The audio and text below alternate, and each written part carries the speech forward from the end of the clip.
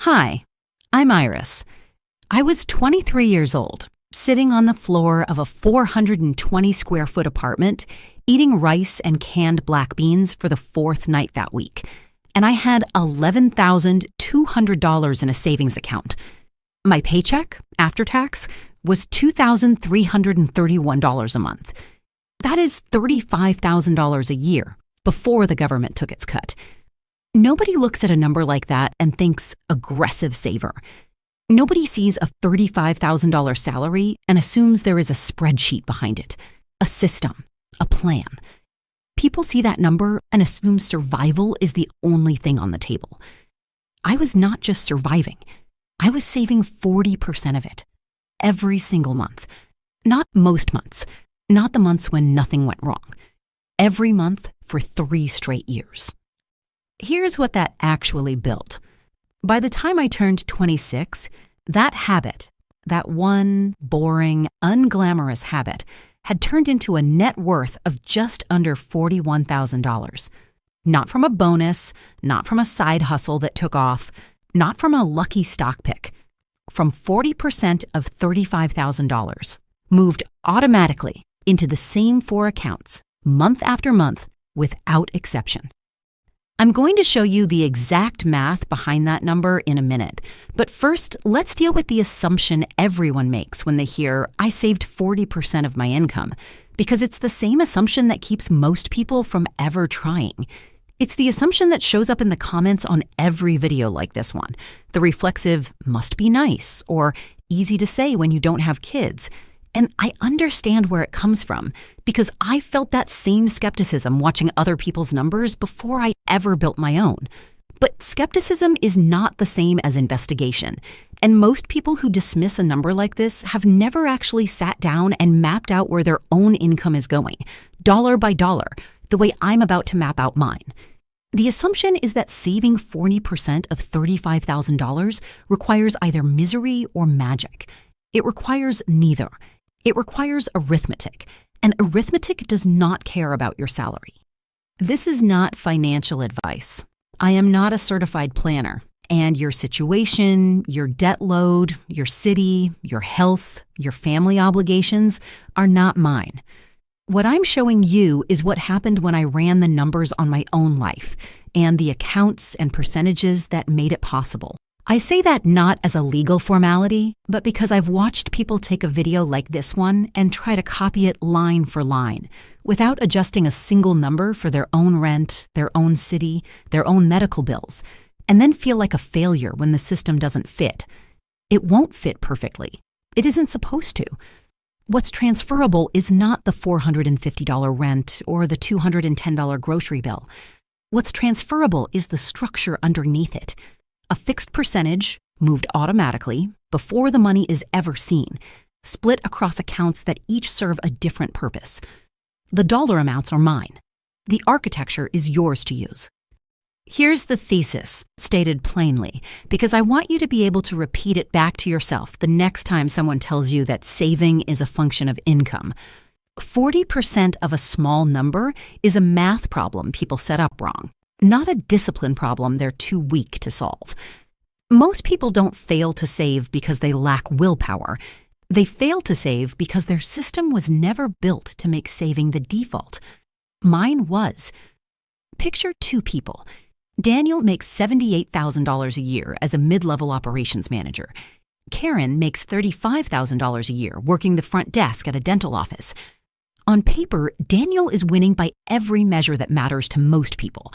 He drives a newer car, he eats out 4 times a week without thinking about it, he has a nicer apartment in a nicer part of town with a gym in the building. Karen has a shared 420 square foot apartment and a bike she rides to work because it's faster than the bus. 10 years from now, Karen's net worth passes Daniel's. Not because she earns more. She never will, not for years. It happens because Daniel's savings rate hovers around 4%, which is roughly the national average, according to the Bureau of Economic Analysis, while Karen's sits at 40%, automated, untouched, invested. The gap is not about the size of the paycheck. It is about the percentage of the paycheck that never gets the chance to become a lifestyle. Let's start with rent, because rent is where every savings plan lives or dies. I paid $450 a month for a room in a shared apartment, which was roughly 19% of my after-tax income. The Federal Reserve's most recent survey of household economics and decision-making found that the median renter in my age bracket was spending closer to 30% of take-home pay on housing alone. That 11-point gap, $450 instead of something closer to $700, was not an accident. It was the single largest lever in the entire system, and I pulled it before I did anything else. Food was the second lever. I spent an average of $210 a month on groceries, which sounds austere until you understand it wasn't a punishment, it was a routine. Rice, beans, eggs, frozen vegetables, whatever chicken was on sale that week. I was not white-knuckling my way through hunger. I was eating the same 8 meals on rotation because decision fatigue is expensive, and every dollar I didn't spend deciding what to eat was a dollar that went somewhere else. Transportation was the third lever, and it's the one people underestimate the most. I did not own a car. A used sedan, financed at even a modest rate, with insurance, gas, and maintenance included, runs somewhere between $400 and $600 a month for most people in that income bracket. I rode a bike I bought secondhand for $60, and when the weather made that impossible, I took the bus. That single decision, no car payment, no car insurance, no gas, was worth more to my savings rate than every coupon I ever clipped combined. Nobody sees a bike leaning against an apartment building and thinks wealth strategy. But over 3 years, that one choice was worth somewhere in the neighborhood of $15,000 in avoided expenses. That is not a rounding error. That is most of the net worth I ended up building. I want to be specific about what a typical month actually looked like, because vague descriptions are how people convince themselves this kind of budget is impossible for their own life. Rent, $450. Groceries, $210. Transportation, $35, mostly bus fare and the occasional bike repair. Phone plan, $25, prepaid, no contract. Renter's insurance, $12. Utilities split with a roommate, $40. That's $772 in fixed costs against $2,331 in take-home pay. 40% of that paycheck, $932, moved automatically into savings and investments before I ever saw a cent of it. What remained, roughly $627, covered everything fixed costs didn't, plus whatever discretionary spending I allowed myself. Now, here's where it gets structural, because this is the part that actually matters, more than the rent, more than the groceries. I did not save what was left over at the end of the month. I never once looked at my checking account on the 30th and asked what I could afford to move. That method fails almost everyone who tries it, because there is always something left to spend it on. Instead, I built 4 accounts, and money moved into them automatically on the same day my paycheck landed, before I had the chance to see it, want it, or rationalize keeping it. Account 1 was an emergency fund, held at a separate bank, so it wasn't sitting next to my spending money, tempting me every time I logged in. 10% of every paycheck went there until it held 3 months of expenses, roughly $6,000, and then that automation simply turned off. Account 2 was a Roth IRA. 15% of every paycheck went there, invested immediately into a low-cost total market index fund, because Vanguard's own research on retail investor behavior has shown repeatedly that the investors who outperform are not the ones picking stocks. They're the ones who buy broad and never touch it. 15% of $35,000 is roughly $437 a month, $5,250 a year, which happened to sit comfortably under the annual contribution limit at the time. Account 3 was a taxable brokerage account, and this is the one nobody talks about because it doesn't come with a tax break to make it feel exciting. 10% went here, automatically, into the same index fund. No strategy, no timing, no opinions about the market. This was the account that existed purely so my savings rate wasn't capped by government contribution limits. Account 4 was what I called the Freedom Fund, and this is the account that actually made the other 3 sustainable. 5% went here, and I was allowed to spend it on absolutely anything. No guilt, no spreadsheet, no justification required. A concert ticket, a flight to see my sister, a pair of shoes I didn't need. The reason this account existed is the same reason diets fail and budgets collapse. A system with zero room for joy gets abandoned within 90 days. Empower's own data on financial habit retention backs this up almost exactly. The participants most likely to quit an automated savings plan within the first year were the ones with the most restrictive, joyless structures, not the most generous ones. I want to be honest about why this account mattered more than the math suggests it should. 5% of $35,000 is $146 a month. That is not a large sum. But the psychological function it served was enormous because it converted the entire system from something that felt like restriction into something that felt like a choice I kept making on purpose. Every time I spent from that account, I was reminded that the other 95% was working exactly as designed. Not because I was gritting my teeth through deprivation, but because I had already decided, in advance, exactly how much joy I was allowed to have without guilt.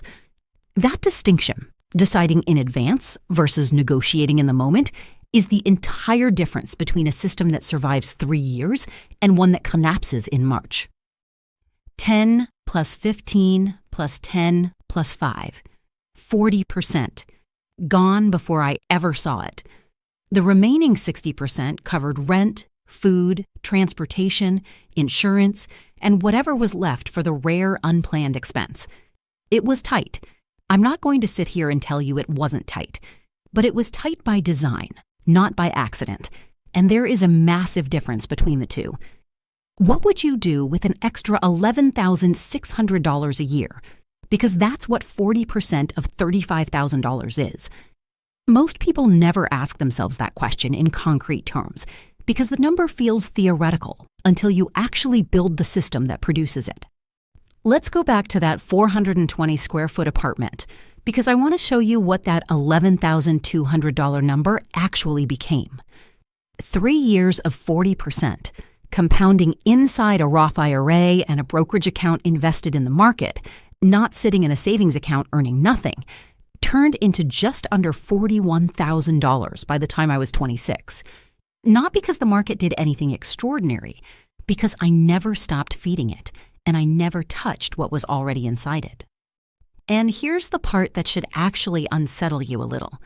A Federal Reserve report on wealth distribution by age found that the median net worth for someone under 35 sits at roughly $13,900. And that figure includes people earning 2, 3, 4 times what I was earning. I was not ahead of that median because I earned more.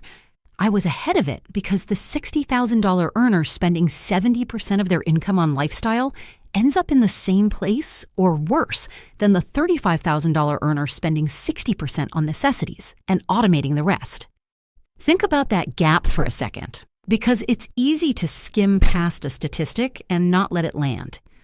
$13,900 is the middle. Half of everyone under 35 has less than that. And a meaningful percentage of that group is earning wages well above $35,000 a year. Higher income was not the variable that determined who ended up above the median and who ended up below it. The variable was whether the income, whatever size it happened to be, was allowed to expand to fill every available dollar, or whether a percentage of it was removed from the equation before the expansion could happen. The math does not care about your salary. It cares about the percentage, and it cares about the automation, because willpower is a finite resource, and automation is not. Every single person who has ever failed a savings goal did not fail because they didn't want it enough.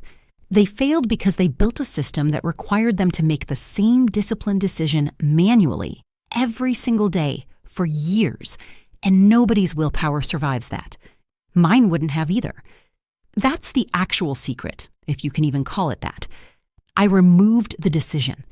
The decision only had to be made once, the day I set up the automation, and then it made itself, month after month, whether I was motivated that day or not. Nobody talks about how boring this actually is to live through. Nobody films the version of this story where nothing dramatic happens for 3 straight years. There was no single breakthrough month. There was no windfall. There was a paycheck landing on the 15th and the 30th, and 4 transfers happening within hours of it landing, and then nothing else to think about until the next paycheck. That's the part that gets left out of most finance content because it doesn't make for an exciting scene. But it's the actual mechanism. It's not motivation, it's plumbing. Once the pipes are laid, the water moves whether you're paying attention or not. If you're earning more than $35,000 right now, and I know most of you watching this are, I want you to sit with something uncomfortable for a second. If 40% of $35,000 is $11,600 a year, what does 40% of your income look like? For a lot of you, that number is going to be genuinely large. And the honest question is not whether you could theoretically save that much, it's whether your system is currently built to make that the default, or whether you're relying on willpower to do a job that only automation can actually finish. Run your own number right now, before you keep watching. Take your take-home pay, multiply it by 0.4, and write that figure down somewhere you'll actually see it again. For most people, seeing that number written down for the first time is uncomfortable.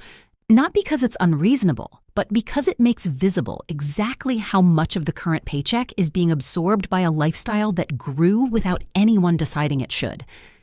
Before we get to how this compounds further, if this kind of breakdown is useful to you, subscribing means you'll see the next one when I run these same numbers forward another 10 years, because the version of this story where the account keeps growing untouched is even more interesting than where it starts. Here's what nobody tells you about the 2 people, the higher earner and the disciplined low earner, 5 years further down this same road. The higher earner, who never automated anything, is still waiting for the month where there's finally enough left over to start.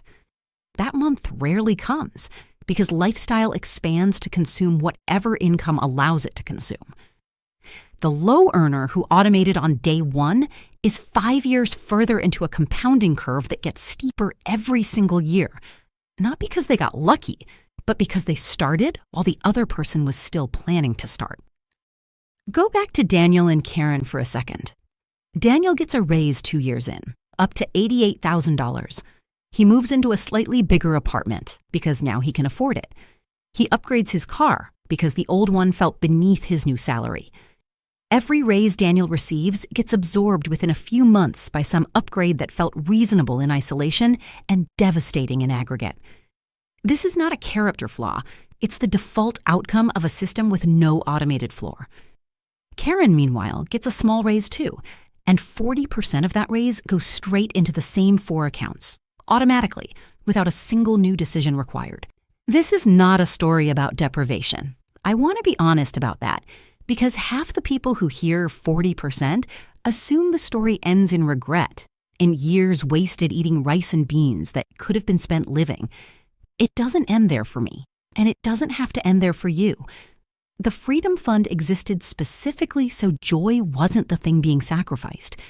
What was actually sacrificed was the illusion that a slightly nicer apartment, a slightly nicer dinner, a slightly nicer version of an ordinary Tuesday was worth more than 4 years of my future decisions already being made for me. That's the real trade. Not comfort for misery. Comfort now for fewer decisions later. Because by the time I was 26, I wasn't deciding whether to invest that month. That decision had already been made 3 years earlier by a 23-year-old sitting on the floor of an apartment that most people would have considered evidence that saving wasn't possible. I still think about that apartment strategy. Not vision, not ambition, just a system that ran whether he felt like running it or not. If you take one thing away from this, let it be this. Stop waiting for the income that makes saving easy. It rarely arrives, and when it does, the lifestyle usually arrives first and claims the difference before you notice it's gone. Build the percentage now. Automate it today at whatever income you currently have, and let time do the part that used to require willpower. The math doesn't care about your salary. It never has. It cares about what percentage you decide, once, to stop seeing.